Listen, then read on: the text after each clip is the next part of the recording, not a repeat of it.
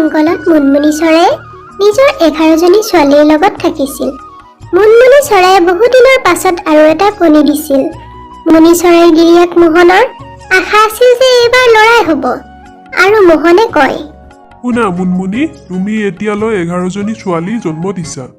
মোৰ অকল এটা ল'ৰা পোৱাৰ ইচ্ছা আছিল, আৰু যদি এইবাৰ ল'ৰা নহয় তেতিয়াহ'লে তুমি 1 ডৰ্জন ছোৱালীৰ মাক হৈ যাবা, আৰু মই তোমাক ঘৰৰ পৰা উলিয়াই দিম।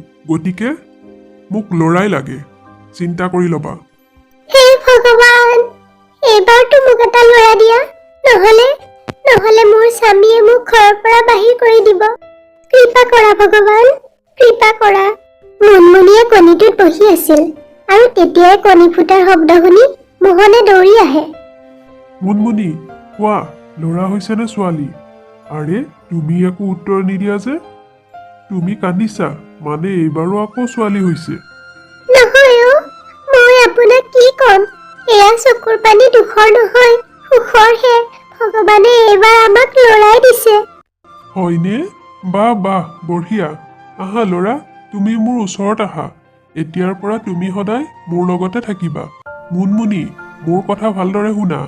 মই তোমাক ঘৰত এইকাৰণে ৰাখিছিলোঁ কাৰণ মোক এটা ল'ৰা সন্তান লাগিছিল, আৰু এতিয়া তুমি তোমাৰ এই 11জনী ছোৱালী লৈ মোৰ ঘৰৰ পৰা ওলাই যোৱা। এইবোৰ কি কৈছে আপুনি? মই মোৰ এই 11জনী ছোৱালী লৈ কলৈ যাম?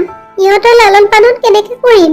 ইহঁতক লৈ মই ক'ত থাকিম? মই সেইবোৰ একো নাজানো, আৰু মই একো শুনিব নিবিচাৰো।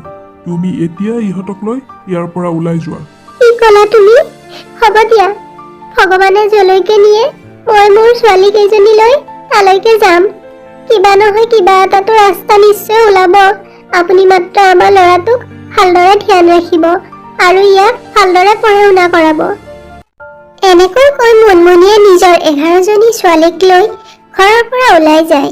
মুনমুনিয়ে দিনটো জংঘলত থাকিবলৈ এডোখৰ জাগা বিচাৰি ফুৰে, কিন্তু তাই ক'তো জাগা বিচাৰি নাপায়, আৰু শেষত উপায় নাপায় মুনমুনিয়ে এটা ঘৰত গৈ দৰজাত খটখটাবলৈ ধৰে।